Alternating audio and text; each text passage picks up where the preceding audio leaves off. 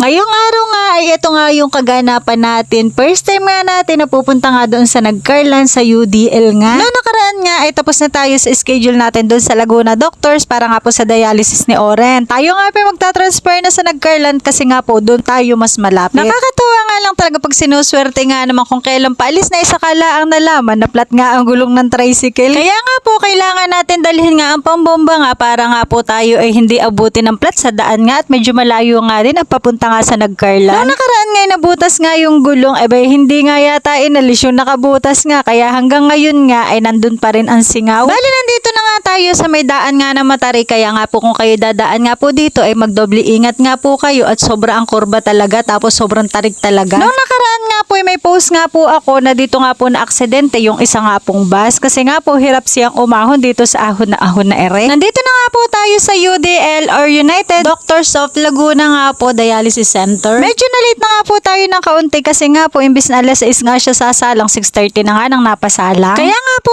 itong sila Nurse Jane ay inasikaso na nga po agad si Oren kasi nga po malilit nga siya ng salang. In fairness, natuwa din talaga ako at ang dami nga na mga ngata nga dito, hindi ka nga talaga magugutom. Inallowed naman po nila na pwede nga daw pong kumain si Oren kaya nga ayan, panay nga ang ngata ni Oren at ang sarap nga nitong tart. Lumabas nga ako saglit at ito nga nakita ko panay nga ang bomba nilab dun sa gulong at sobrang lambot nga daw. Natuwa naman ako at okay nga ang aura na mukha ni Oren, mabuti na lang din talaga at hindi siya nagchichill ngayon. Ayan nga po at nakatapos na nga po siya ng 4 na oras kaya nga po tayo ay uuwi na. Thank you nga po Ma'am Arlette, Ate Jane at Ate Rona at mga kuya sa pag-assist nga po sa amin. Akala ko nga po nung una ay mahirapan nga po ako sa pag-adjust kasi nga po akala ko nga po yung mga suplado at suplada ay napakababait nga po pala nila at masikaso nga. Bali 11 na nga po ng gabi ngayon at andito pa nga tayo sa Liliw. Sana nga po ay sa mga nanalo nga po na kandidato ay magpatayo nga po ng dialysis center sa bayan nga po ng Mahayhay. Para nga po yung mga taga doon na pasyente hindi na nga po nadayo sa ibang bayan. Hello Ate Roxanne at Kuya Atan. Ayun lang po. Bye!